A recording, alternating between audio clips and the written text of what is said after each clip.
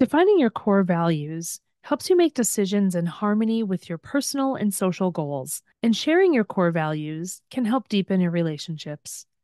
Hi, everyone. This is Jessica, and welcome to this week's Practicing Connection Practicast, where we highlight a specific practice you can use in your life and work.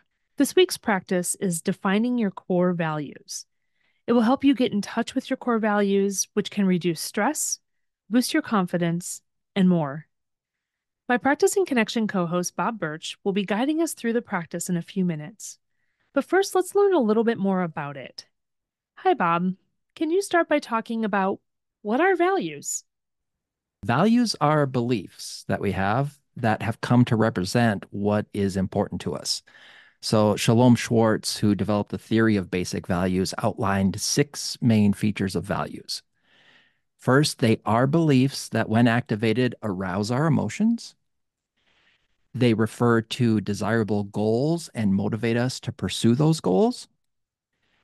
They transcend specific contexts and situations. Our attitudes and the norms we choose to follow might change depending on where we are and who we're with, but our values don't. Fourth, they serve as standards that guide our actions and our judgment of other people and their actions. This usually happens without us even being consciously aware of it. Next, we hold our values in an order of importance. So values can come into conflict with each other. And so we organize them in a hierarchy. Again, we might not be aware of that. We don't typically do that with our other beliefs, their values, because we organize them in a hierarchy. And finally, the relative importance of multiple values guides our action. So according to Schwartz, any attitude or behavior typically has implications for more than one value. So that's kind of what makes up values. In the book Pro-Social, the authors describe values as expressing, quote, how we want to be as people and the desired qualities we would like our actions to reflect. Well, that's a nice way of summarizing it. Um, I think one of the things I've heard is that all of us like to go to MSU making stuff up. And I didn't realize that our values also help determine what we are making up about other people and about our own stories. So thanks so much for sharing that definition. I'm really curious to know more about how values-based action benefits us and our work, and maybe even our communities. Yeah, so we aren't usually conscious of how values are guiding our actions, but becoming aware of our values and the social values of the groups that we participate in can have a lot of benefits. So just taking time to reflect on your values can lower your stress response, possibly because it reminds you of what is important to you. So it allows you to kind of focus on what's important and not get so stressed out about the other stuff. That lower stress response can boost your decision making and your problem solving skills. And getting in touch with your values can also increase your motivation for trying something that's difficult. The things that are important to you can help you overcome your inner critic. So focusing on those values lets you try new things and stuff that might be hard. Values don't only operate on that individual level, they also operate at the group level. So shared values guide the actions of a group, just as our values guide our individual actions. And when those shared values are known to everyone in the group, they can lower the instances of conflict within the group and help resolve that conflict if it does come up, right? So there's some research that indicates when your individual values align with the values of a group that you're part of, it can just generally benefit your health and well-being. That's really interesting. It makes me think about whether we should reassess our values from time to time. Does society and culture and trauma and drama affect our values or change our values in any way? So, to the first question, yes, about the reassessing, values are beliefs that have become really important to us, right? So, like all of our beliefs, they're going to be affected by our experiences and other outside forces.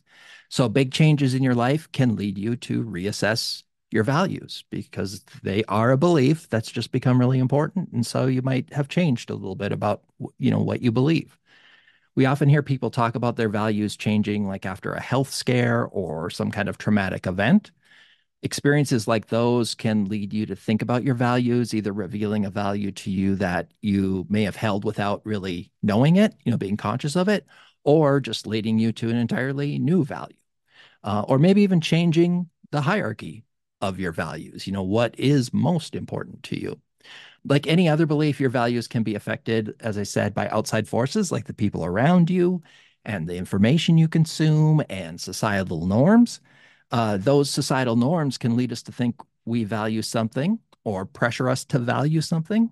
In the book Pro Social, I'll bring up again, there's a story about a nurse who initially listed compassion as one of their values. But after reflection, they realized they really only wrote that down because nurses are supposed to be compassionate, and I'm using finger quotes for podcast listeners there. Nurses we think should be compassionate. So they wrote compassion as one of their values just because it was that societal norm. So they can definitely affect that. And as a result, we might want to think about what values we think we hold, reassess them, and potentially change our values if we're led that direction. And we shouldn't ever should all over ourselves, right? That's one Right. of the things that I always tell people in my workshops. Don't should all over yourself. Okay. So let's get into the practice. How can we practice identifying our values? Okay, so I'm going to share a couple of practices from the Wellness Society with you today. Both of these practices are available in a values worksheet, and we're going to put the link to that worksheet in the show notes for this episode. These two practices work well together, so my recommendation, do them both, right? So we can start with kind of a shorter uh, practice, and this one is called Reflecting Your Values. The worksheet that I mentioned, you'll see it has 5 reflection questions on it. I'm going to share 3 of those reflection questions with you right now. And as I ask each question, just take a couple of beats to think about it. And if it's possible for you to do right now, jot down some of your initial thoughts. You may want to go back and think a little bit more deeply on these later. So the first question is, what qualities do you most appreciate in others and in yourself? And what does that say about what you value? Next, think about this question. What would you do if money and other people's opinions didn't matter?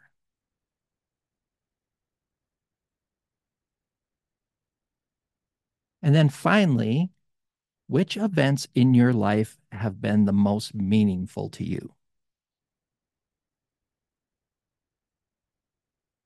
So those 3 questions and the other 2 questions that you'll find on the worksheet can help us start to identify what our values are by reflecting back on what's important to us and where that might lead us in terms of defining and discovering our values. Okay, so the second practice is called fast values. The first step in this one is to open up on your computer or your phone or print out the list of values from the values worksheet. Unfortunately, I can't recreate this in audio for you because there's 93 different values on the list. So I'm not going to list them all for you now, but if you had, when you get the worksheet from the show notes, open that up or print it out, have it in front of you. We Uh, should have hired an auctioneer. They right, could have done exactly. They could have got them all in time.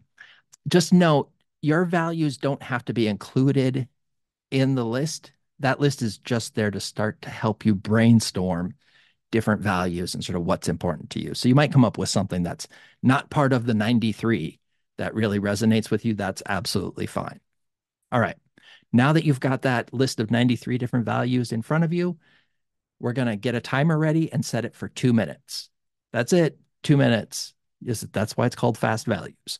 So once you're ready, start your timer and begin reviewing the values on the list. Just quickly place a check mark next to or write down the ones that stand out to you the most. Don't overthink it. Go with your gut. We're looking for your just kind of initial response to those ones that resonate with you. When the 2 minutes are up, take that list of values that stood out to you and rank them from most to least important. These values may or may not be your core values. The fast values exercise is just a way to get started thinking about what your values might be. Finally, review both of these exercises. Think about what stood out to you in these exercises, what you wrote down, and use those insights to start to lead you towards your core values. Here are 3 questions that might help you think about your core values. What actions have I taken recently that are in line with this value? What actions have I taken recently that are not in line with this value?